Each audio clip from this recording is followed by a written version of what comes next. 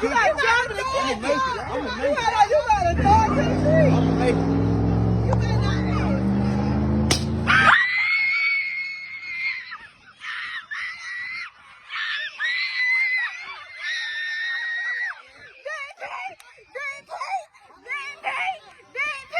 Y'all know what's going on? What's up, little sis? Yeah, what's up, little sis? Yeah. It was just after 8 in the evening when the unthinkable happened. A frantic voice broke the silence. A 12-year-old boy calling 911, his words shaking with fear. Someone shot my mom. She's bleeding. Please hurry. She needs help. Shots had just shattered the calm of a quiet neighborhood on Dixon Road. Neighbors heard the gunfire. They called it in, desperate and scared. Within minutes, sirens screamed toward the scene.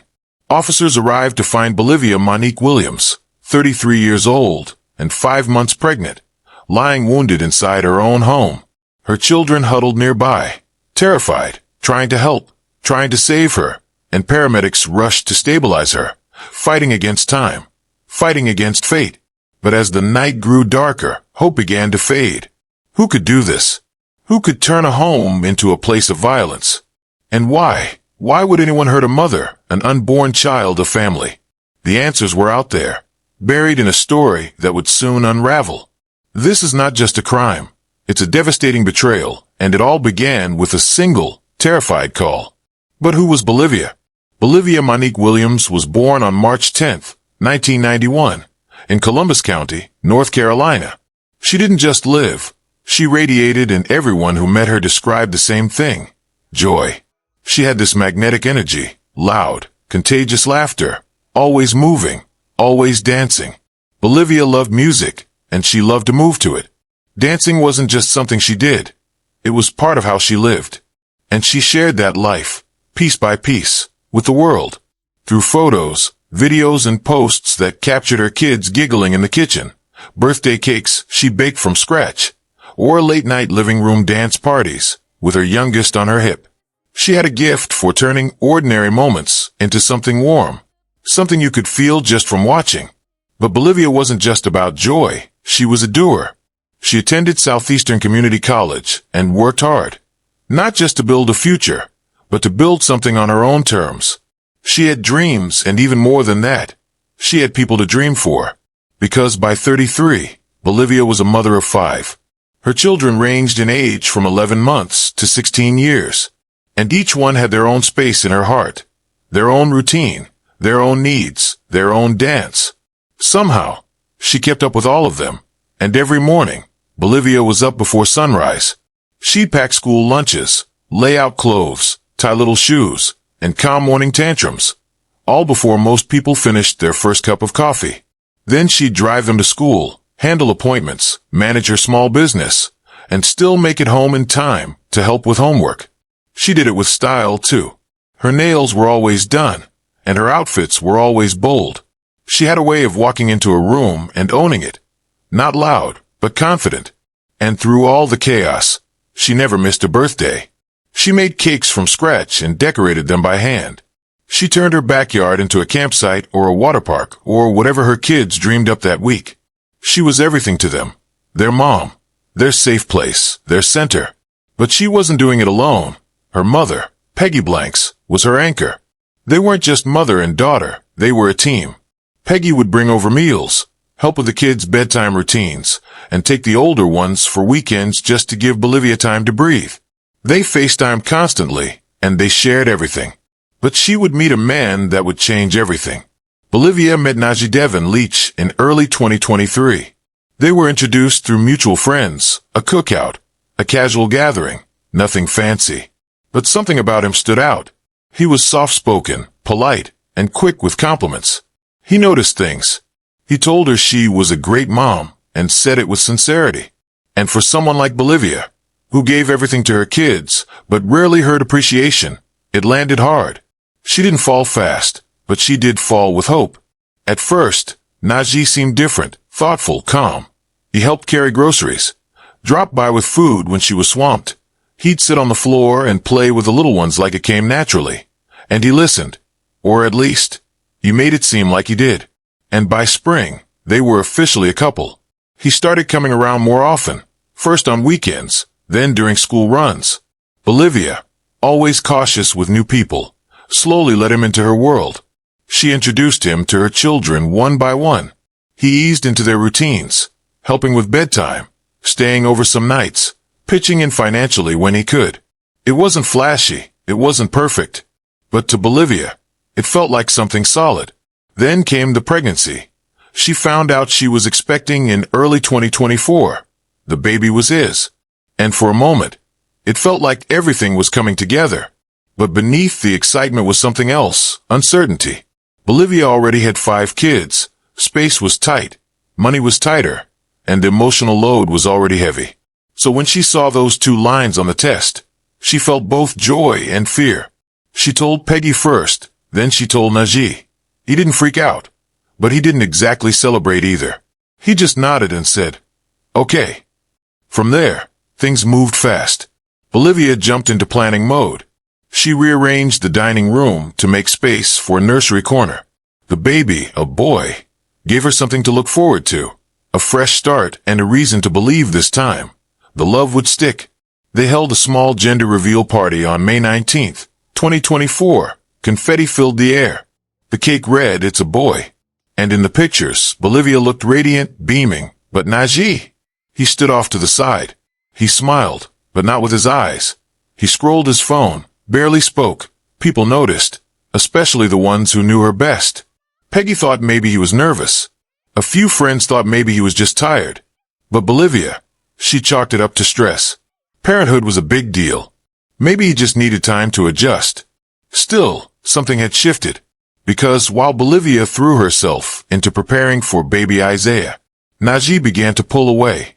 He wasn't gone, not yet. But the version of him that had first charmed her, the thoughtful one, the helpful one, that version started to fade. And what came next would unravel everything. At first, the changes were subtle. He wasn't showing up as often, but when he did, he seemed different. He was quieter, distant, and preoccupied. He stopped asking how Bolivia's day went. He stopped playing with the kids, and when he did speak, the warmth was gone. Conversations turned into check-ins, then into interrogations. Who texted you? Why did you take so long at the store? Who's that guy you were talking to at the school? It started with questions, then turned into accusations. He began checking her phone, not just once, not just out of curiosity, but regularly. Bolivia tried to laugh it off, tried to make excuses for him. He's just protective, she told a friend. He's just not used to this many people in a house. But deep down, she felt it. He wasn't protecting her. He was watching her, and it wasn't just about her. It spread to everyone around her. Najee grew cold toward her family, especially Peggy, the woman who had always been in her corner. He made excuses not to go to family events and started planting doubts in Bolivia's mind. They don't respect us. They're judging me. And it worked. Bit by bit, Bolivia stopped showing up. She skipped 2 birthday parties, canceled a church gathering she'd planned for weeks. Her phone rang less, and her texts slowed down. Friends reached out. She didn't answer, or she said she was tired or busy. But the truth was, she was pulling back to avoid conflict, to keep things peaceful. Because when Najee didn't like something, he shut down. But the worst was yet to come. June 4th, 2024 started like any other day for Bolivia Monnique Williams. She woke up before sunrise, like she always did, and by 5:30 a.m., she was already making breakfast, laying out uniforms, and packing school lunches. Then she got the kids into the car and headed out for school drop-offs by 7:30. After that, she made it to her 10 a.m. prenatal appointment. She was 25 weeks along, and everything looked good. But the day didn't stay calm. That afternoon, between 2:15 and 4:30 p.m., Bolivia and Najee exchanged several phone calls. The tone wasn't known, but something had shifted. Friends would later say she seemed distracted and unsettled. Her mother, Peggy, had picked up the 2 youngest children earlier that evening to give Bolivia a little breathing room. So inside the house, it was just Bolivia and her 3 oldest. Then, at around 7:15 p.m., Najee pulled into the driveway in his black sedan. He walked in without knocking. and by 7:45, Bolivia's oldest child left to stay at a friend's house for a school project, leaving her with just 2 kids in the home. The younger 2 sat in a back bedroom, watching TV. But something was already building in the next room. At approximately 8:20 p.m., neighbors heard it. Raised voices, tension, and arguments. Then, 12 minutes later, everything changed. By 8:32 p.m., gunshots were heard, 4 or 5 in quick succession, loud enough to shake the walls. One neighbor ran to the phone. "It's the house with the blue shutters on Dixon Road," they told dispatch. "I just heard gunshots." 3 minutes later, another call came in. This one was from Bolivia's 12-year-old son. His voice shook. His breathing was uneven. "Someone shot my mom. Please hurry. She's bleeding a lot." The dispatcher tried to keep him calm and walked him through how to apply pressure to the wounds, told him help was on the way. And immediately, that call was upgraded to the highest priority within seconds.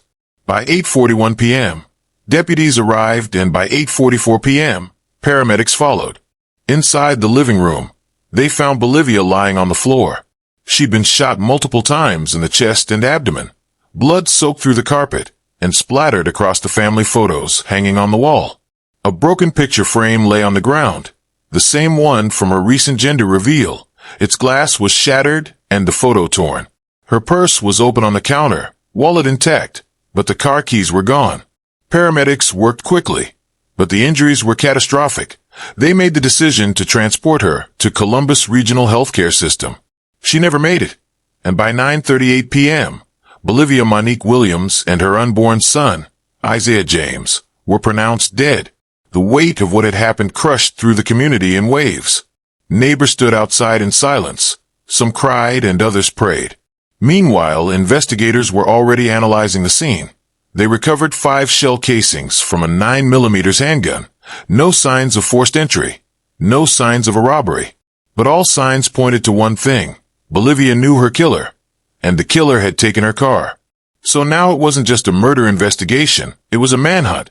And the suspect was someone Bolivia had once trusted with everything.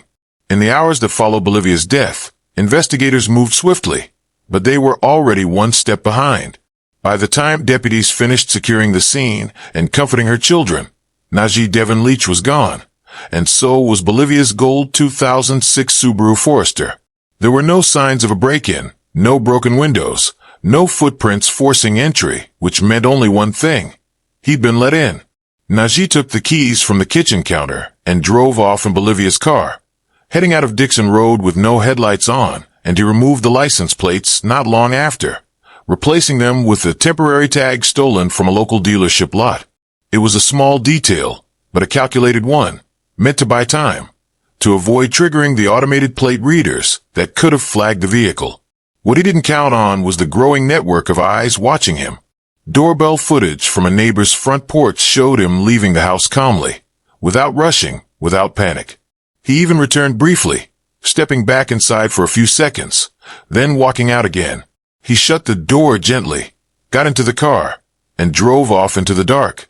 From there, it wasn't long before he was spotted again, this time on traffic cameras, just 15 minutes after the 911 call. He had run a red light at the intersection near Highway 74. That footage showed him alone in the car, hands gripping the wheel, eyes straight ahead. He didn't hesitate, and he didn't look back.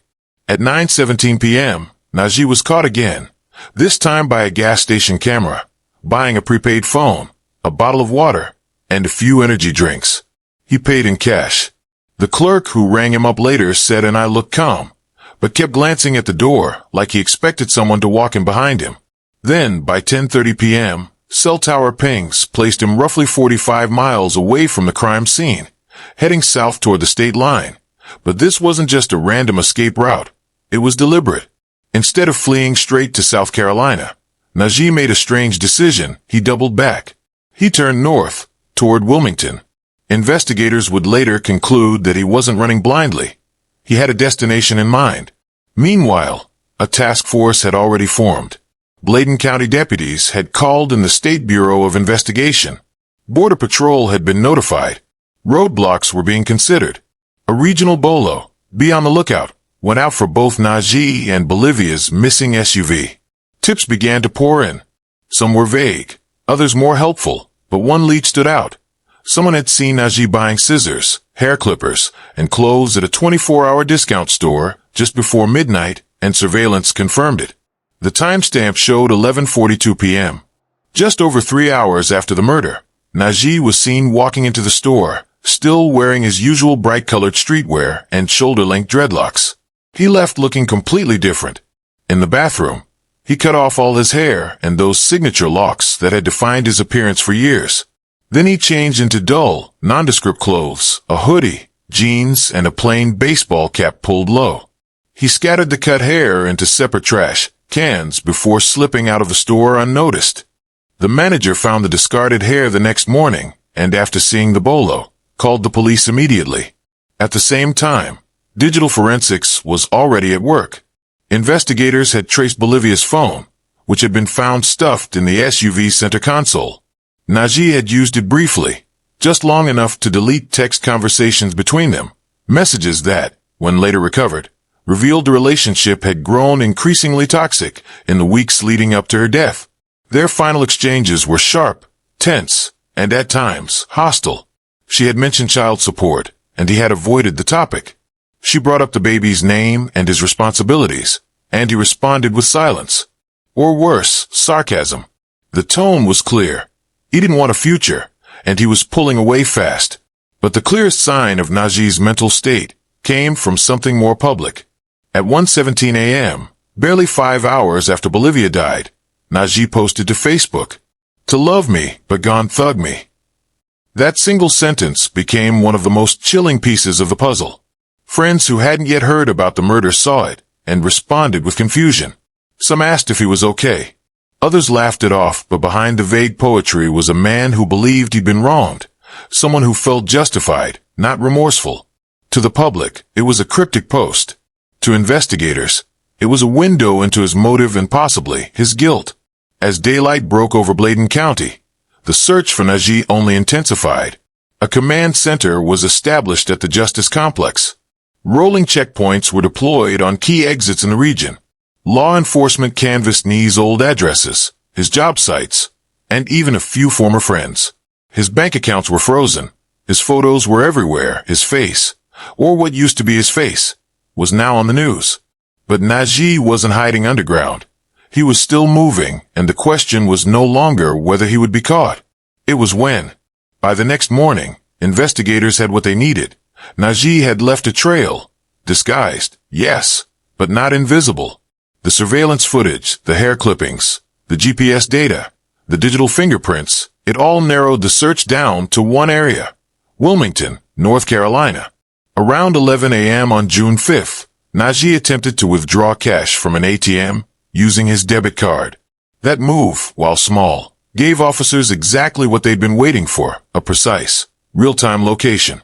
It placed him near a budget motel on the outskirts of town, and within minutes, a tactical unit was mobilized. They didn't rush in. They waited and watched.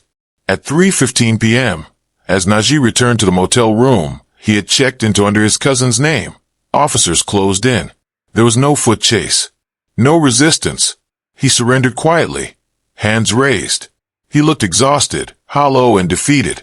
Inside the motel parking lot, officers recovered the vehicle, Bolivia's gold Subaru Forester.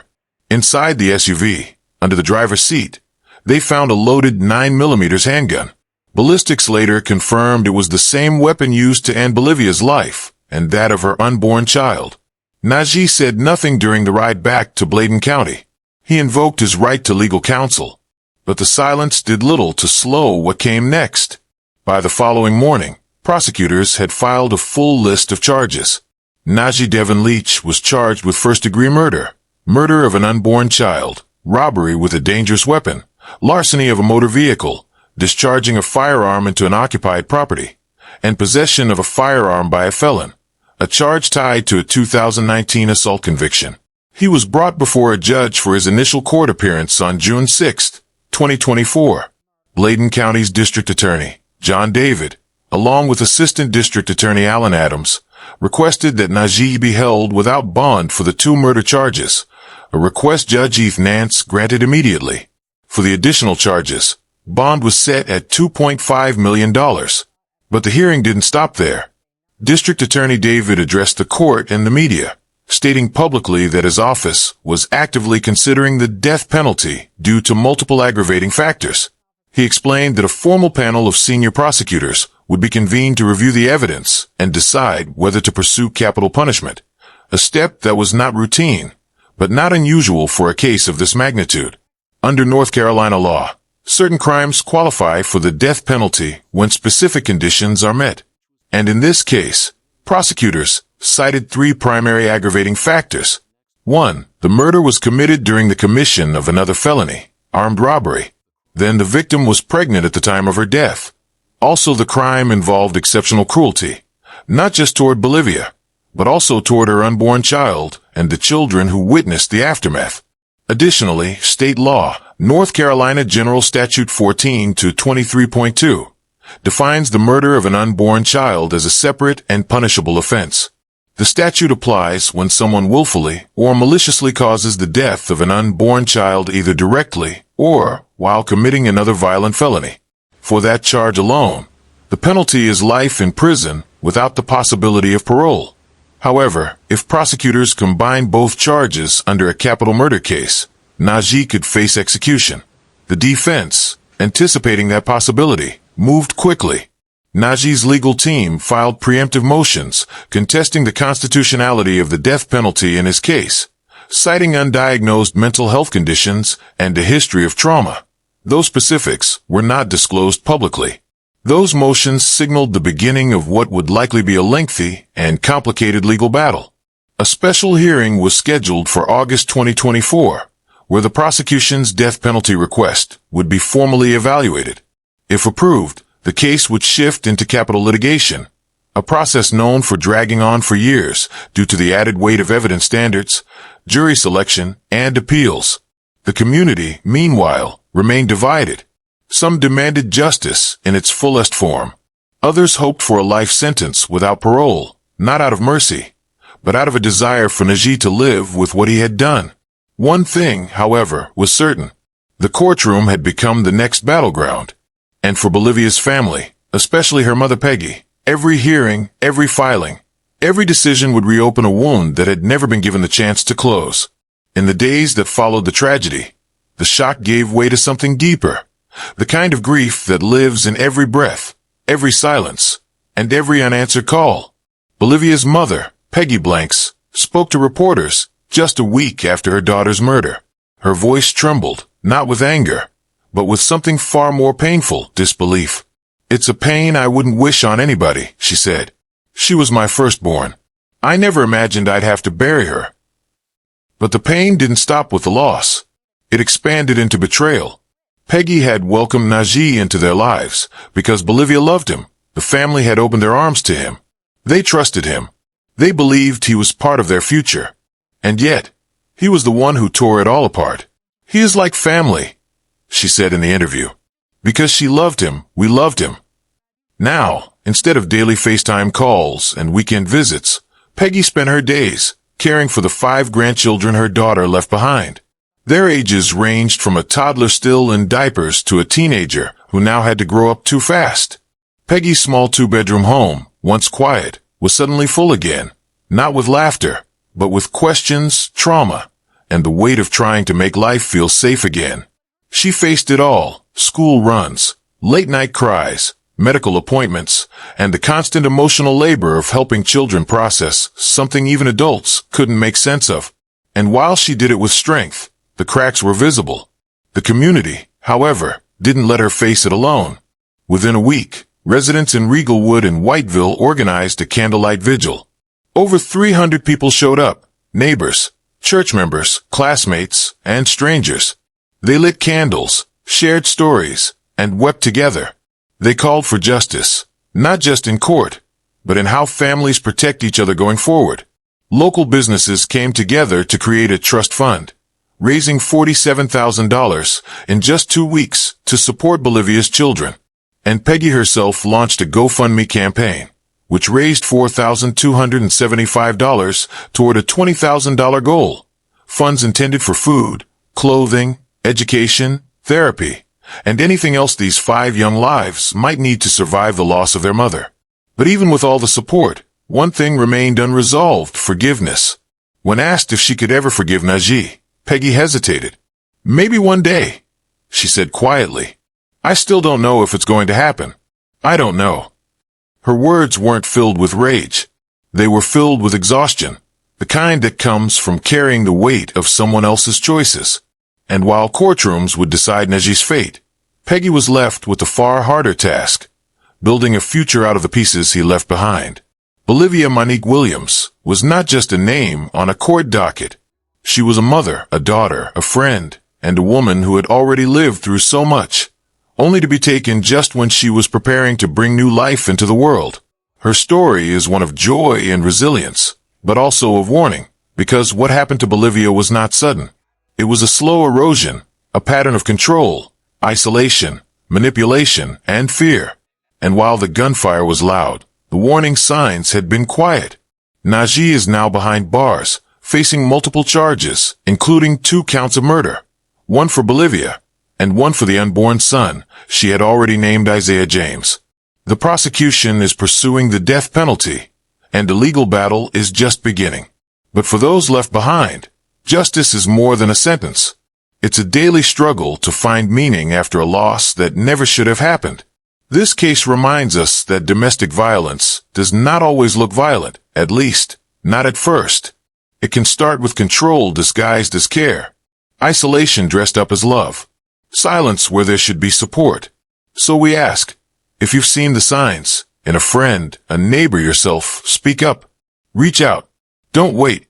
And for those watching this, we want to hear from you. What do you think justice looks like in a case like this?